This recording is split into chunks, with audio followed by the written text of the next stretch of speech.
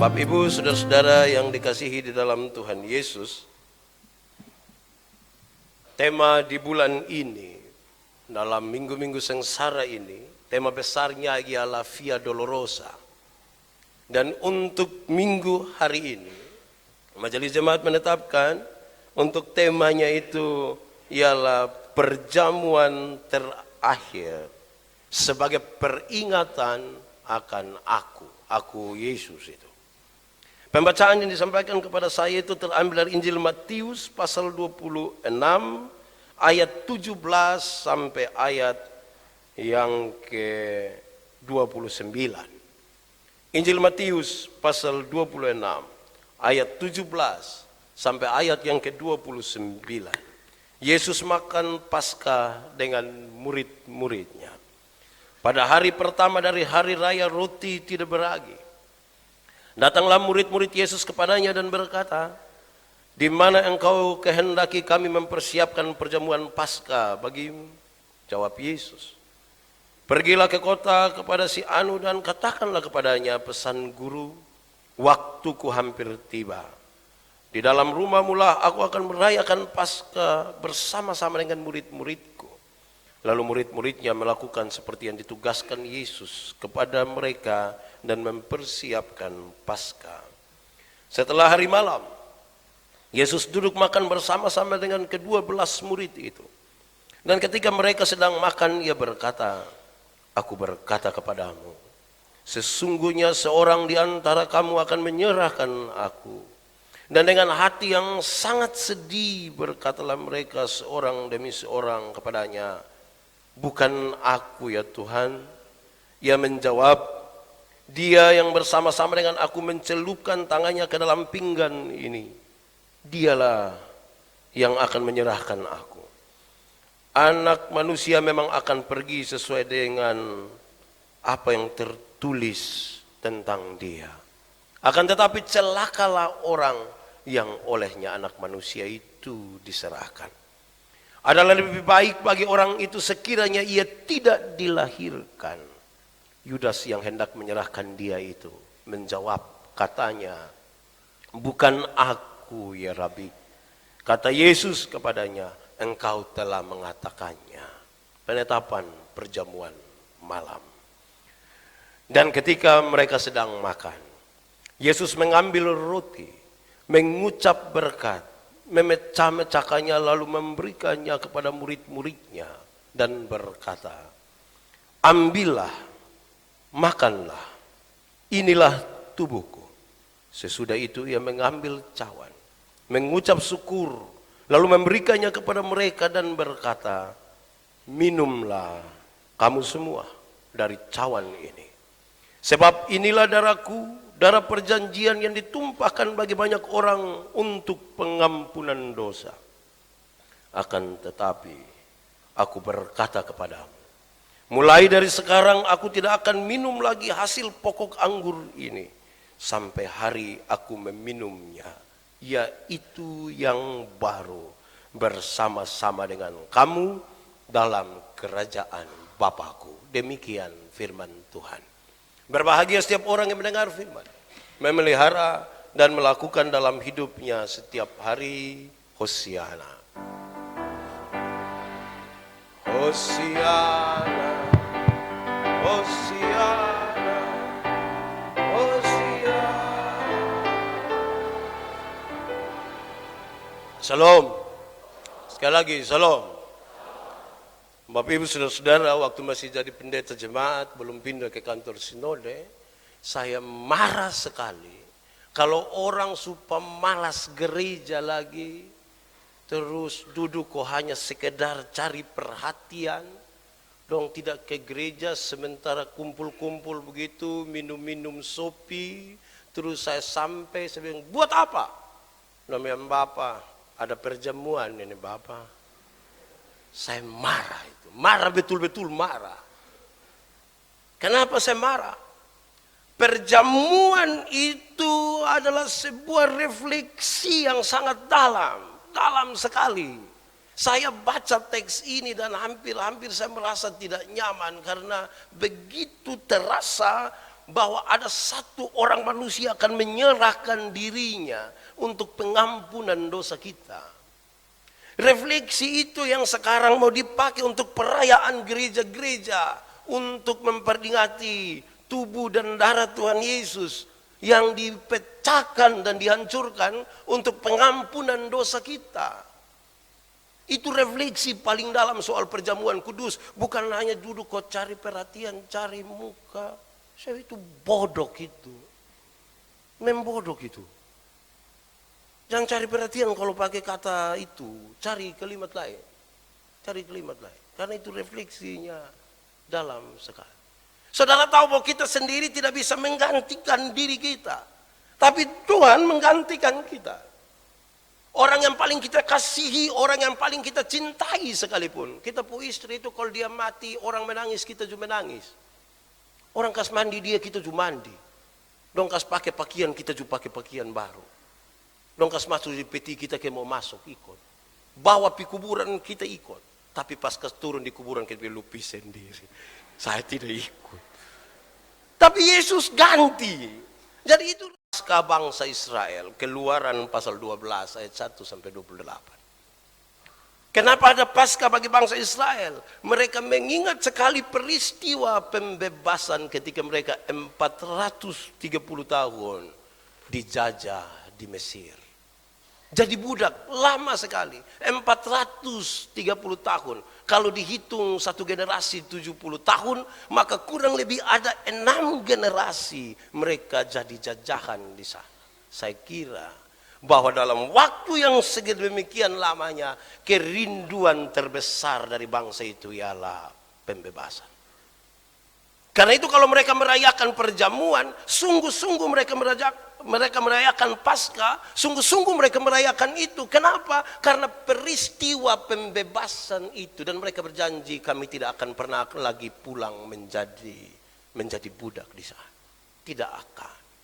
Maka pada perayaan Paskah, berbondong-bondong orang-orang Yahudi dari berbagai-bagai penjuru dunia akan datang ke Yerusalem untuk merayakan Paskah itu. Berjuta-juta orang karena mereka tahu ada sebuah peristiwa yang sangat serius bagi bangsa mereka berabad-abad lamanya. Dan itu dikenang juga berabad-abad. Itu pertama. Yang kedua, kenapa perjamuan kudus itu dilakukan? Latar belakangnya bukan sekedar Paskah saja dari bangsa Israel, tetapi sekaligus sebuah perintah untuk melaksanakan hari raya dan ketetapan mengenai perayaan Paskah. Imamat pasal 23 ayat 5 dan 6. Perintah. Yang ini tidak boleh ikut, yang ini tidak boleh, yang ini lebih dibunuh sampai selesai dan seterusnya. Imamat pasal 23. Saudara-saudara, lalu kemudian kita kenal apa yang disebut dengan nama perjamuan kudus. Perjamuan kudus itu kemudian menjadi perintah untuk dilaksanakan oleh orang-orang yang mengaku percaya kepada Tuhan. Intinya ada pada kalimat. Dalam pembacaan tadi tertulis dengan sangat baik. Perbuatlah ini menjadi peringatan akan aku. Perbuatlah ini menjadi peringatan akan aku. Mari kita lihat sedikit dulu di dalam perjamuan itu. Saudara-saudara, dalam perjamuan kudus itu ada beberapa materi yang dipakai. Yang pertama, roti yang tidak beragi. Dalam perjamuan itu akan dipakai roti yang tidak beragi. Apa maksudnya roti yang tidak beragi? Saya mencatat bagi kita semua, roti yang tidak beragi adalah roti yang dipakai dalam perjamuan kudus, sebab orang-orang memandang ragi sebagai sebuah gejala kebusukan. Sebagai sebuah gejala kebusukan. Oleh karena itu, di dalam arti kiasan ragi ini sebagai gejala kebusukan, berarti ada pengaruh yang buruk atau keburukan dari kepercayaan kafir. Jadi kalau ada ragi, itu berarti ada pengaruh buruk.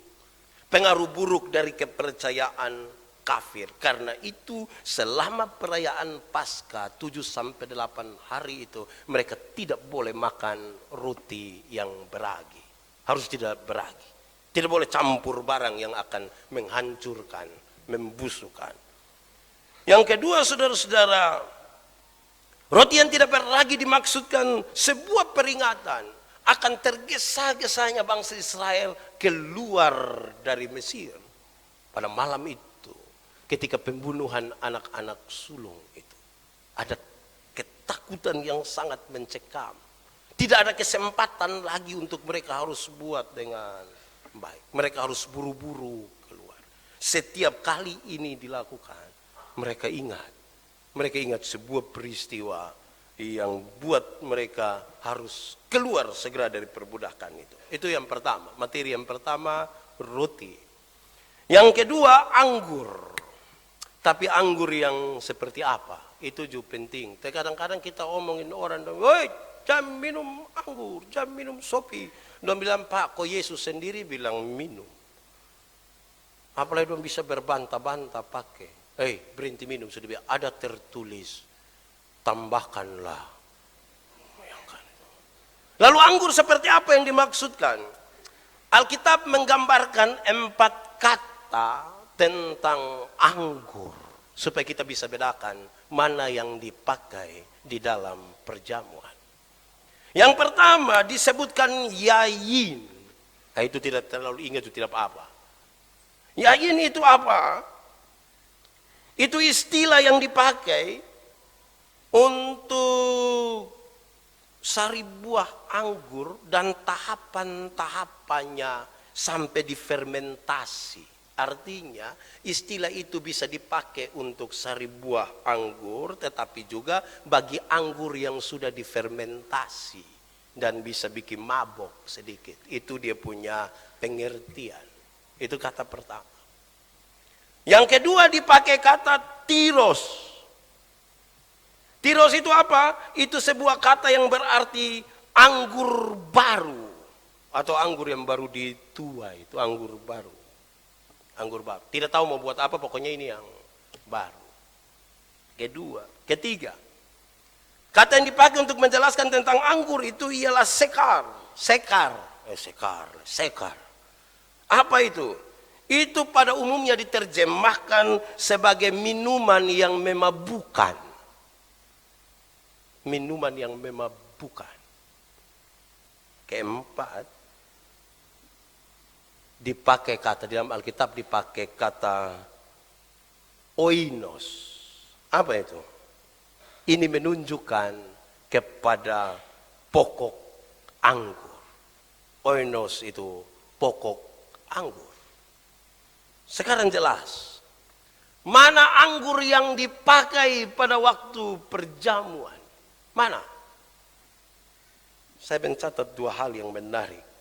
Pertama, kitab-kitab Injil menggunakan kata oinos untuk menunjukkan kepada hasil pokok anggur berkenaan dengan perjamuan kudus. Pokok anggur. Anggur yang tidak difermentasi adalah satu-satunya yang disebut hasil pokok anggur. Jadi kalau sudah difermentasi itu bukan pokok anggur. Susopi itu. Itu alamiah sekali. Yang sesungguhnya dari anggur itulah yang dipakai. Yang mengandung kira-kira 20% gula dan tidak beralkohol. Tidak beralkohol. Kalau fermentasi, maka fermentasi itu merusak sebagian besar gula yang ada di dalam anggur itu. Dan mengubah apa yang dihasilkan oleh pokok anggur. Anggur yang telah difermentasi bukan merupakan pokok anggur lagi.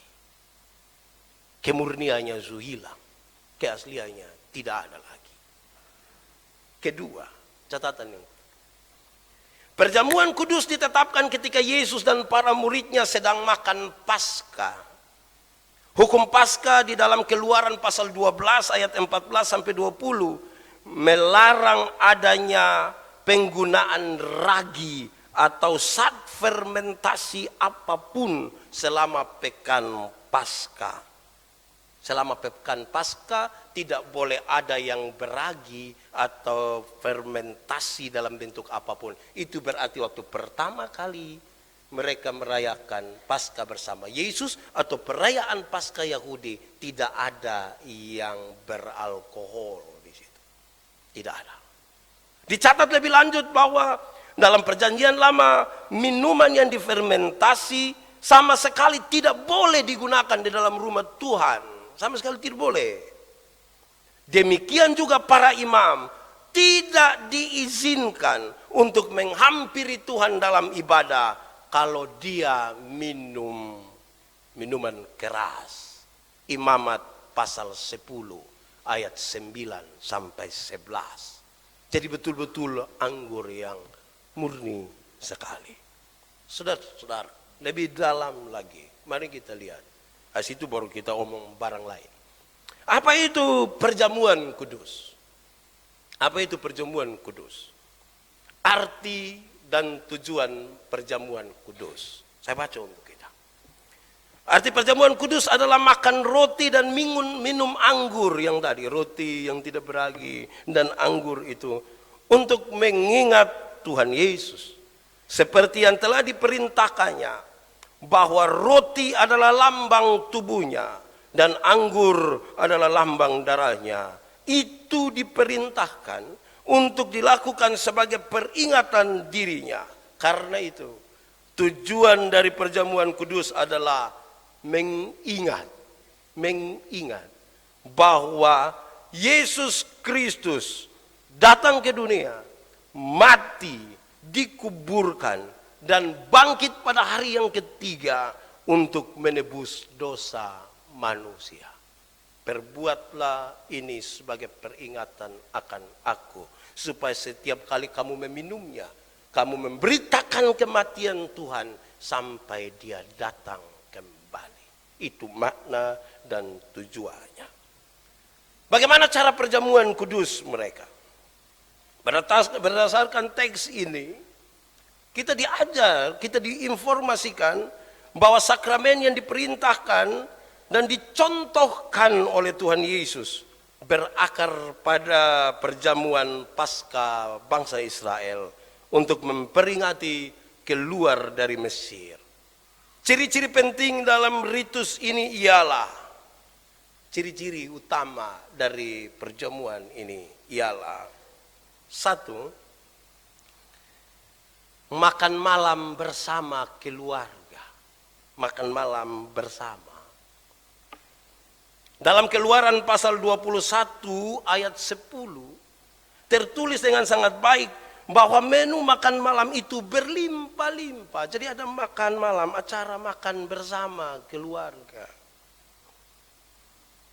Para peserta makan boleh makan beberapa kali. Boleh makan saja. Tidak apa-apa, barang kita punya jadi makan saja. Makan beberapa kali. Bahkan harus menghabiskan daging anak domba yang dipanggang. Harus makan habis, jangan kesisa. Kalau besok pagi ternyata masih ada sisa, bakar sampai habis. Tidak boleh kesisa, makan sampai habis. Saudara-saudara, pembacaan tadi menjelaskan bahwa Yesus dan murid-muridnya sementara mulai dengan makan sama-sama di situ. Makan malam sama-sama. Kedua, ciri utama dari perjamuan itu. Kata makan dalam kebiasaan mereka itu biasa terdiri daripada kebiasaan Paskah mereka. Makan itu terdiri dari sayur pahit. Mungkin bunga pepaya. Pokoknya agak pahit-pahit sedikit. Sayur yang pahit, sayur hijau, dan semacam kuah. Saya tidak tahu kuah brenibon, kuah apa, pokoknya kuah. Ada kuah di situ. Ini adalah makanan pembuka. Ini makanan bersama, makan bersama, makanan pembuka yang ditutup dengan cawan pertama dalam perayaan Paskah Israel. Lukas pasal 22 ayat 17. Makan bersama, tutup dengan cawan pertama. Ciri yang ketiga, yang terakhir, perjamuan kudus itu setelah makan keluarga itu, setelah makan kau semua suka kenyang-kenyang, mata suaga berat-berat sedikit itu, baru mereka masuk dalam makanan inti mereka, yaitu roti yang tidak beragi dan anggur yang murni itu. Jadi acara makan-makan keluarga dulu, pesta dulu, baru masuk pada yang terakhir. Bagian kedua ialah makan roti yang tidak beragi. Maksudnya apa? Sederhana, supaya kalau hari ini kamu makan dengan baik, kamu ingat dulu kamu budak di Mesir. Kamu hanya makan roti yang tidak beragi. Itu catatan tentang perjamuan kudus. Saudara-saudara, lalu catatan perjamuan kudus itu, apa yang harus kita lakukan? Nilai-nilai apa yang perlu kita ambil hari ini dalam kaitan dengan tema kita, perjamuan terakhir sebagai peringatan akan aku. Apa itu? Satu, nilai utama dari persekutuan, dari perjamuan kudus itu adalah persekutuan sebagai keluarga Allah. Keluarga-keluarga yang duduk dan makan bersama. Murid-murid itu tidak semua mereka adalah orang-orang bersaudara kalau kita belajar dari teks tadi. Tetapi sekarang mereka duduk makan bersama-sama, tidak boleh ada permusuhan di antara mereka. Tidak boleh. Bersaudara tidak boleh bermusuh. Bersaudara tidak boleh berkelahi. Bersaudara tidak boleh bermarah. Baru kita pantas duduk makan bersama dalam perjamuan itu. Kalau tidak kita munafik. Sekarang periksa, hubungan kakak adik dong ada baik kok. Hubungan dengan tetangga baik. Kalau tidak baik jangan makan perjamuan kudus. Dalam persiapan perjamuan kudus, kita diingatkan sebelum masuk kepada ini larangan, dia kasih tahu, hendaklah masing-masing orang yang akan masuk dalam perjamuan kudus, hendaklah dia menyadari akan dosa dan kesesatannya. Sadar sedikit. Sadar. Ini sadar semua. Sadar. Sadar terus merendahkan diri di hadapan Tuhan Allah. Merendahkan diri di hadapan Tuhan Allah. Yang kedua, jadi setelah sadar dan merendahkan diri, hendaklah setiap orang yang akan mengambil bagian dalam perjamuan kudus, harus dia bertanya pada dirinya sendiri, apakah dia percaya bahwa Yesus itu telah menebus dosa-dosanya? Percaya atau tidak? Kalau tidak percaya tidak usah. Percaya atau tidak? Kalau percaya datang. Kalau tidak percaya tidak usah. Percaya datang ikut pertemuan. Tidak percaya tidak usah. Pak Pendeta, masa turun kita tidak ikut gereja? Iya, maksudnya supaya kita memahami dengan baik hal-hal ini. Ketiga dia bilang begini, bagi setiap orang yang akan mengambil bagian dalam perjamuan kudus, haruslah memeriksa diri.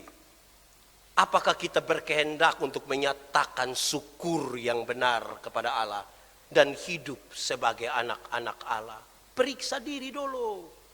Kita ini kadang-kadang tidak periksa diri, kita periksa orang lain pun diri. Khotbah tidak ditujukan kepada khotbah datang, ini khotbah tidak kena saya, kena Pak Lulu. Dia lewat saya pun kepala saja. Periksa diri. Nanti setelah periksa itu baru dia bilang begini, hendaklah orang-orang yang akan disebutkan ini menahan diri terhadap perjamuan itu. Satu, yang tahan diri sedikit pada perjamuan, jadi ikut dulu.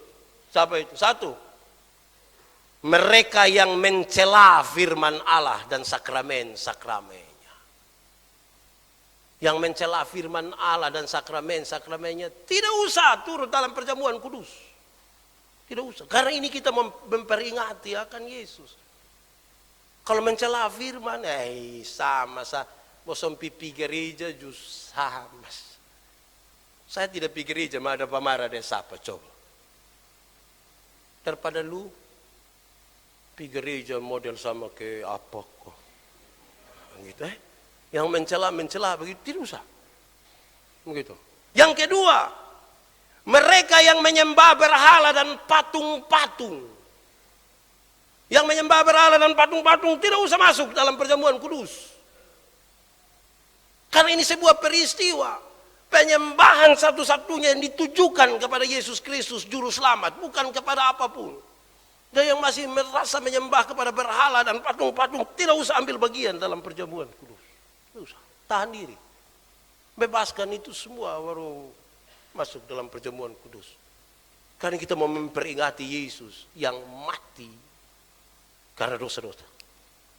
Ketiga, mereka yang memuja orang yang telah meninggal. Yang memuja orang yang telah meninggal. Yang biasa main jalangkung dong itu. Jangan datang. Yang masuk dalam perjamuan kudus. Kasih tahu angka dulu. 24 kok 42. Isi salah. Ketiga, yang percaya pada kuasa, yang percaya pada kekuatan rahasia, yang pakai obat itu, yang pakai obat nona, soalnya boleh masuk dalam perjamuan kudus. Di sini ada yang pakai obat nona, saya rasa tidak ada di sini nih, obat nyong saja. Tapi kalau dia pakai obat asma tidak apa-apa itu obat juga tapi. Yang percaya pada kekuatan rahasia tidak boleh. Yang bersumpah palsu. Yang bersumpah palsu tahan diri, tidak usah ikut perjamuan. Yang bersumpah palsu. Salah satu bentuk sumpah palsu itu yang datang kau bilang, "Ya, saya percaya dan berjanji dengan segenap hati." Bikin muka sedih-sedih, berfoto, kirim di kampung supaya orang tahu dia ada CD. Tapi itu dia tidak pernah injak gereja, itu sumpah palsu. Yang bersumpah palsu jangan ambil bagian dalam perjamuan kudus. Kan itu sumpah palsu. Kalau sumpah itu itu. Sumpah saya tidak ambil, saya hanya pindahkan saja. Itu tidak pantas itu. Sumpah ini tidak gusur. Hanya saudara yang bilang, saya tidak bilang. Yang bersumpah palsu tidak boleh. Yang apa lagi? Yang menimbulkan perpecahan dalam jemaat. Kan ini makan keluarga ini. Yang menimbulkan perpecahan dalam jemaat. Jangan ambil bagian dalam perjamuan kudus. Yang hasut sana, hasut sini. Yang kalau dia bawa omong kita lihat dari jauh dia bilang, lu ada dengar kosong deh. Itu tuh hasut itu. Coba angkat tangan yang biasa menghasut. Di sini sonde, di sini omong terus terang saja. Itu tahan diri. Yang menimbulkan perpecahan dalam jemaat, jangan. Tahan diri. Karena perjemaat itu diibaratkan sebagai tubuh Kristus. Tubuh Kristus. Mata tidak lebih penting dari tangan. Kaki tidak lebih penting dari perut. Itu harus saya bilang kepada saudara, siapa yang malam-malam ketika di perut sakit, mau pi belakang, terus kaki bilang perut. Lu jamara, lu pi sendiri saya. Tidak bisa. Mau pi kita pi semua. Jadi yang menimbulkan perpecahan dalam jemaat, merusak tubuh Kristus. Yang terakhir, mereka yang membenci sesamanya, yang benci sesama manusia, tidak boleh. Supaya hidup itu jangan benci orang. Kenapa tidak boleh benci orang? Berulang-ulang kali saya bilang begini, jangan marah jangan dendam, jangan benci. Karena apa? Kemarahan dan kebencian itu tersimpan dalam dada orang bodoh. Hanya orang bodoh saja yang benci. Kenapa? Kalau pendeta ini benci sama Pak Lulu, yang rugi pendeta kok Pak Lulu. Pendeta yang rugi. Karena setiap kali lihat Pak Lulu pemuka, hati enak kok tidak? Setiap kali Pak Lulu bilang selom Pak Pendeta, saya puas hati enak kok tidak? Tidak. Setiap kali orang cerita tentang Pak Lulu pun kebaikan, saya puas hati enak kok tidak? Tidak enak. Kalau saya sayang saya pun diri, saya harus berhenti membenci orang lain. Berhenti. Kalau sayang diri, berhenti. Saya mau tanya kita dulu. Ada orang yang kita tidak suka kok. Ada. Dia ada di dalam ruangan kok tidak?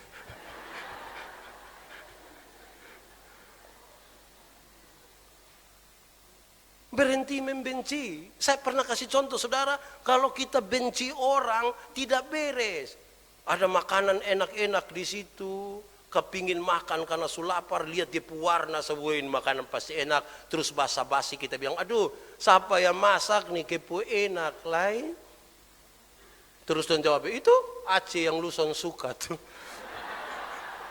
Tuh nafsu makan hilang memang Bapak. Merusak diri. Kita nih orang Sumati juga benci tetap. Ih persetan kok dia mati, persetan. Hai, tolong sayang diri itu buang kebencian. Ya saudara, nilai pertama dari persekutuan itu supaya kita terus akan mengingat akan Kristus adalah persekutuan sebagai keluarga Allah. Hidup tidak boleh bermusuhan. Orang Timur itu menyebut sesama manusia dengan satu ungkapan yang bagus sekali.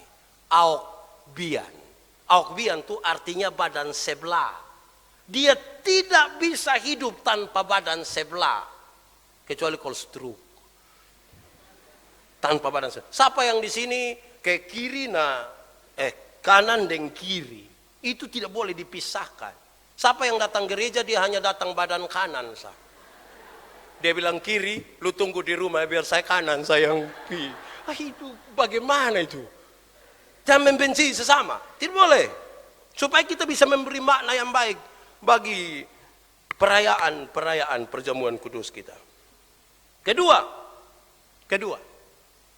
nilai yang perlu kita ambil dan kita catat dalam perjalanan perjamuan kudus kita ialah, ingat bahwa dahulu kamu adalah budak di Mesir.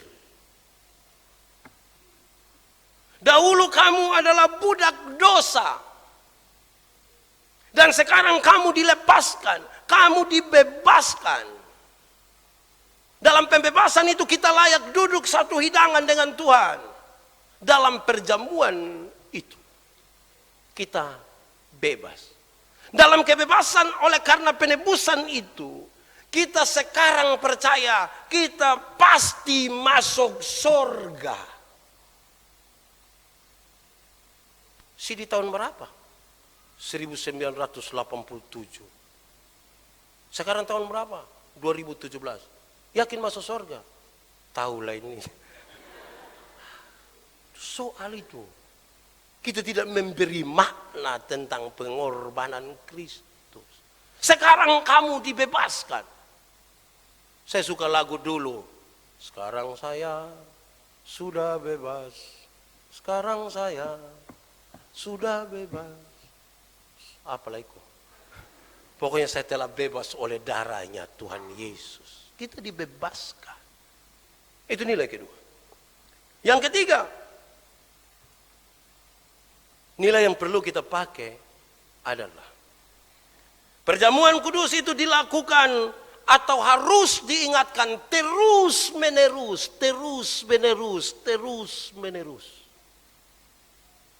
Itu yang bangsa Israel buat berabad-abad lamanya setelah pembebasan itu. Terus menerus. Kenapa? Karena manusia ini cenderung lupa. Cepat lupa. Apalagi kalau yang bapak-bapak.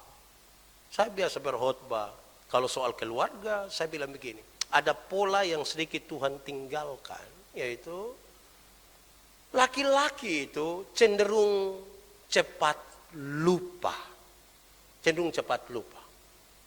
Dia baru kunci oto begini, jalan 30 langkah terus dia bilang, tahu su kunci oto kok belum?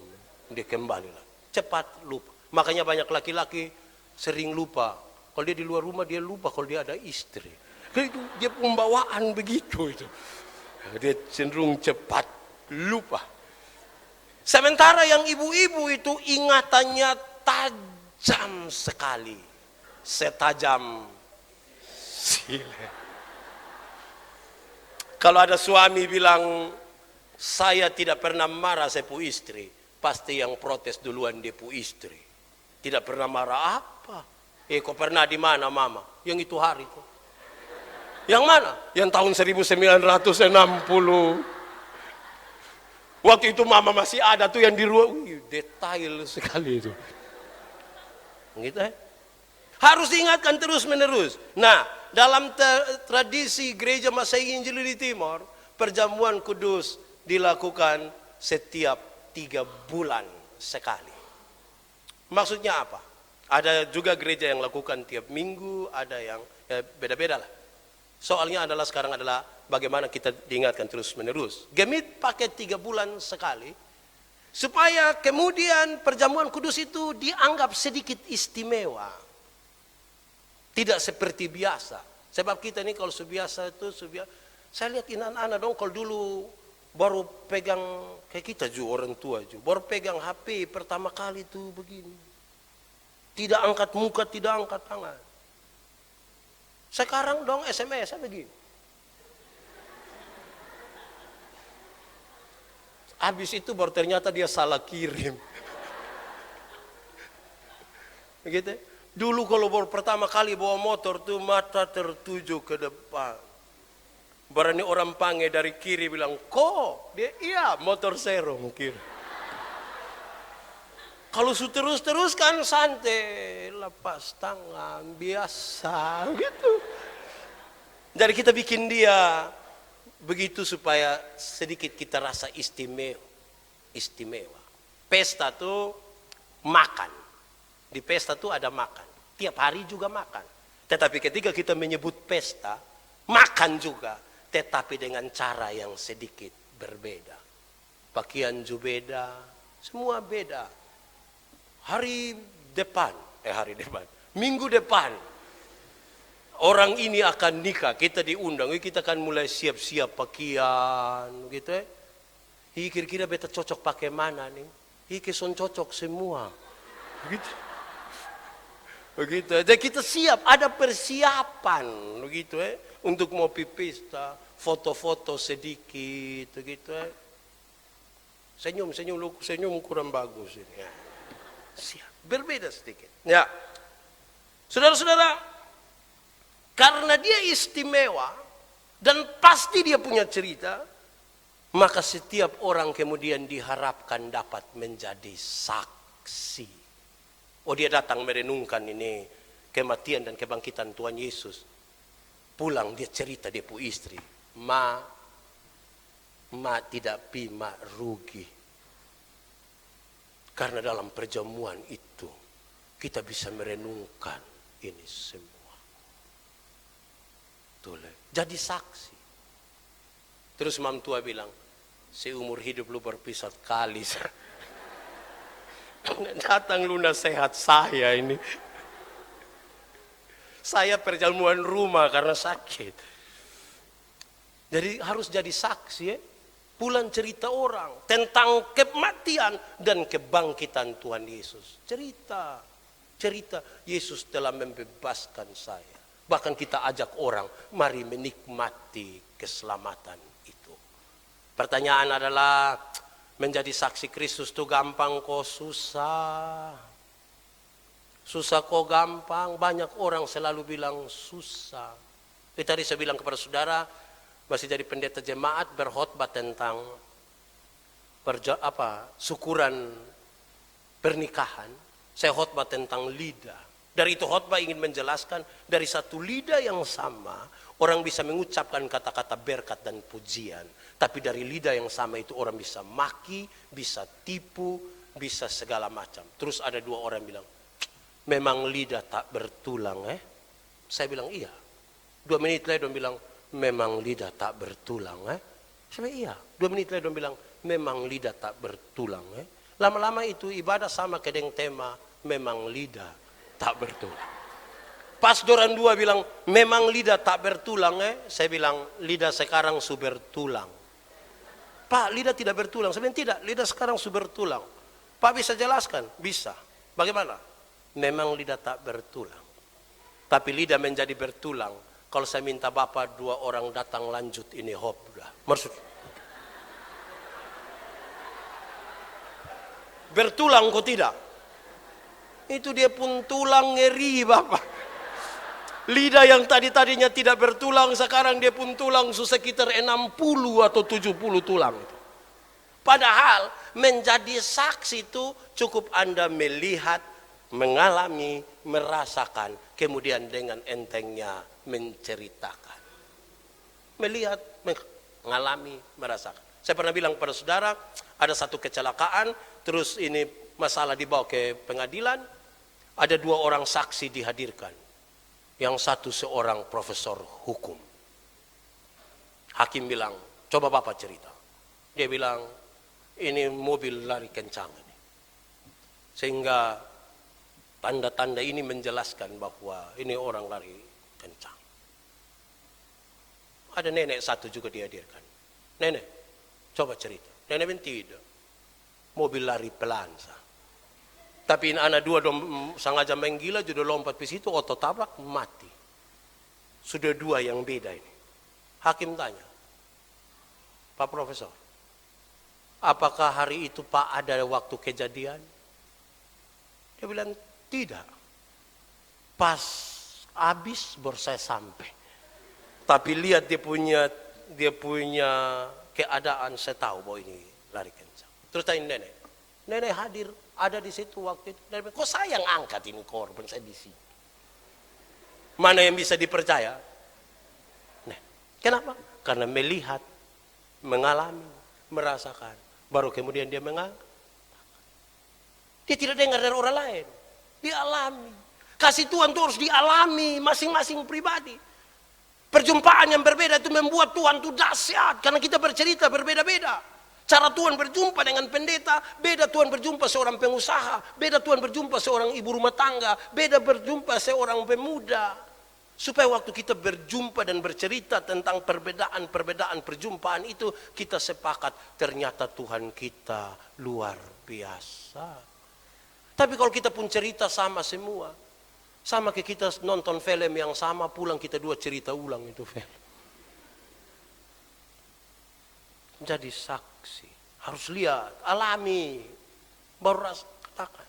Itu hari saya bilang, saya melayani di Sabu, suatu saat mau bawa jemaat pemuda dompi Pulau Dana, pulau bagian selatan yang tidak ada penghuni. Kami tidak jadi pi juga, tapi sejumlah nelayan datang bilang, Bapak di Pulau Dana tuh Bapak kita tidur di pinggir pantai, sadar di tengah laut. Hampir saya bilang, jadi saya harus bilang, wow. Saya lihat dia terlalu serius. Bapak, kita tidur di pinggir pantai, sadar di tengah laut. Kok? Iya. Lu pernah pi? Tidak. Bagaimana orang bisa percaya pada kesaksian kita? Kalau kita sendiri tidak pernah alami. Kalau kita tidak pernah rasakan itu. Berikut. Nilai yang perlu kita ambil dan kita pakai. Perjamuan kudus dilakukan oleh orang yang telah mengaku percaya dengan mulutnya di hadapan Tuhan Allah dan jemaatnya. Perjamuan kudus diikuti oleh orang yang mengaku dengan mulutnya Yesus Kristus adalah Tuhan. Mereka ada dalam perjamuan kudus itu. Bagaimana sekarang mengaku? Untuk belajar dalam perjumpaan dengan Tuhan. Kalau saya pakai sekarang untuk proses bergereja kita, saya ingin bilang kepada saudara, karena itu hai remaja-remaja, pemuda-pemuda, katekesasi itu penting. Supaya situ mengaku. Kita ini kadang-kadang tidak mau katekisasi. Pak, sepupu anak ini yang di Bandung nanti datang hari Paskah ini. Kasih di dia Pak. Itu anak talau pintar Pak, talalu. Tuh yang dia pun dosen dan belum tahu semua dia sudah tahu. Saya heran dia pergi sekolah untuk apa lagi? Sudah tahu, jadi tolong. Tidak. Katekisasi dulu. Kita ini kadang-kadang mau bikin semua jadi gampang-gampang saja.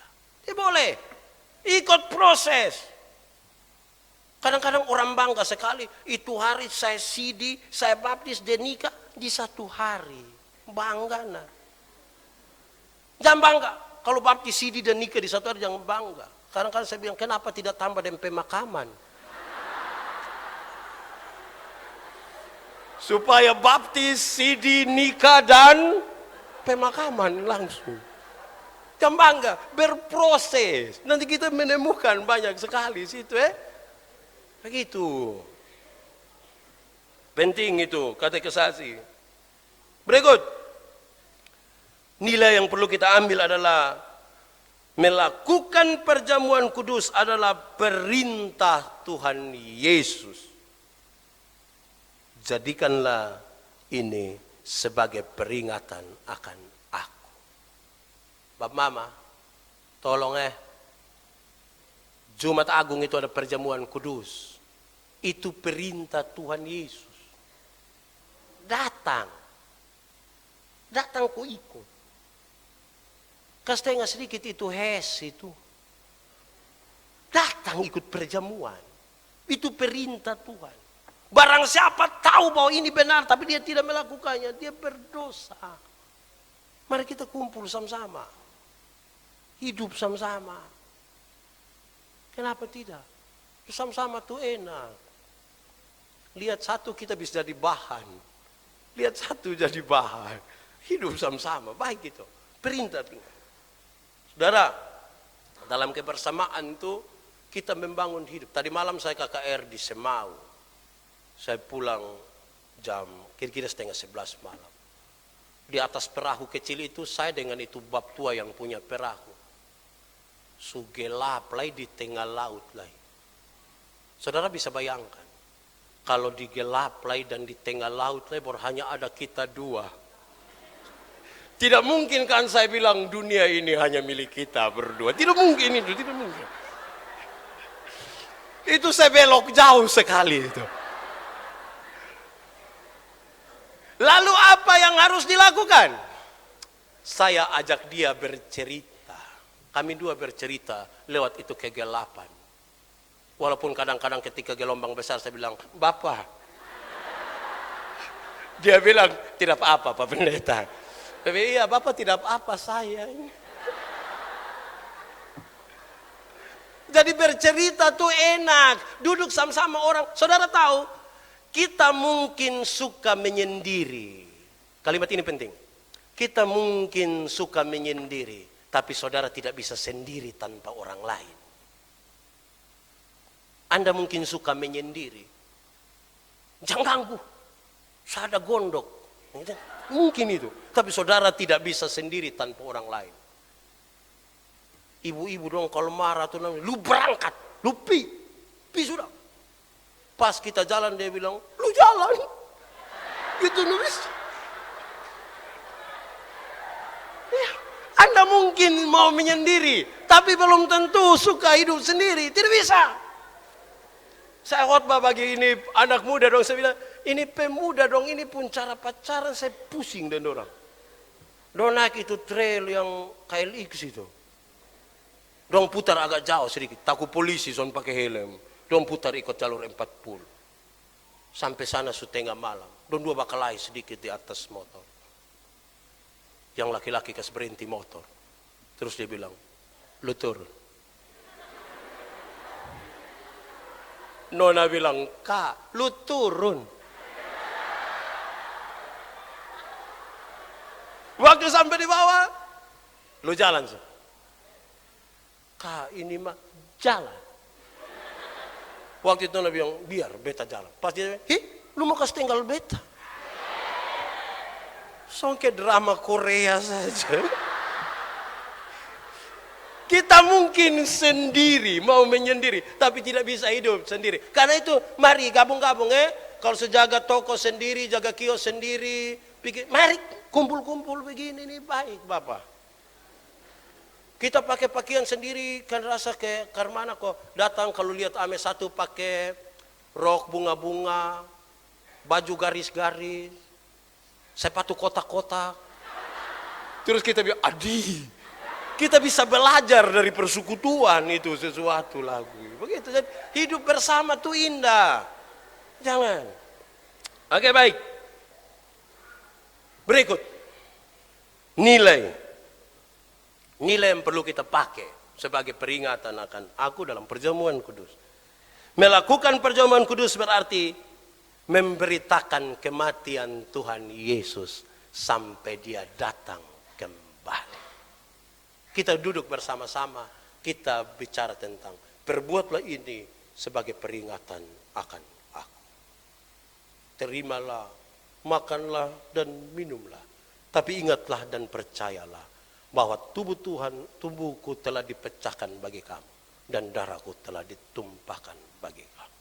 Setiap kali kita merenungkan itu, kita betul saya orang berdosa.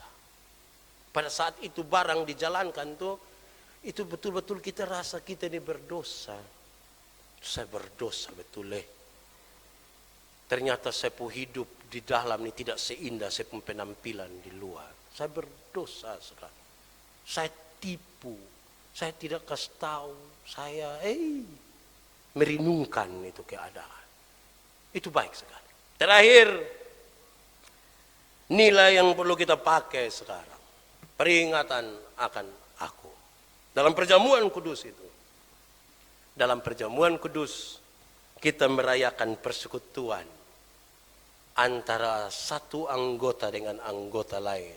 Tetapi juga kita merayakan persekutuan kita dengan Tuhan Allah. Ini refleksinya bagus. Siapa yang mengaku dekat dengan Tuhan Allah, dia peduli pada lingkungan di mana dia ada. Yang mengaku dekat dengan Tuhan Allah, dia baik dengan sesama manusia. Yang mengaku punya iman kepada Tuhan Allah, itu dinyatakan dalam hubungan-hubungan sebagai manusia. Ini sebuah refleksi yang sangat bagus, sangat baik bagi kita semua. Sehingga berdasarkan itu saudara-saudara, harusnya kita tidak seperti orang-orang yang tidak mengenal Tuhan Allah. Kita ada karena pengenalan yang benar akan Tuhan. Dan karena itu tiap-tiap waktu bukan saja kita diingatkan, tapi kita berefleksi untuk membangun hidup ini lebih berkenan kepada Tuhan sambil menanti kedatangan Kristus yang kedua kalinya untuk menjemput saya dan saudara. Tuhan memberkati kita dengan firman-Nya.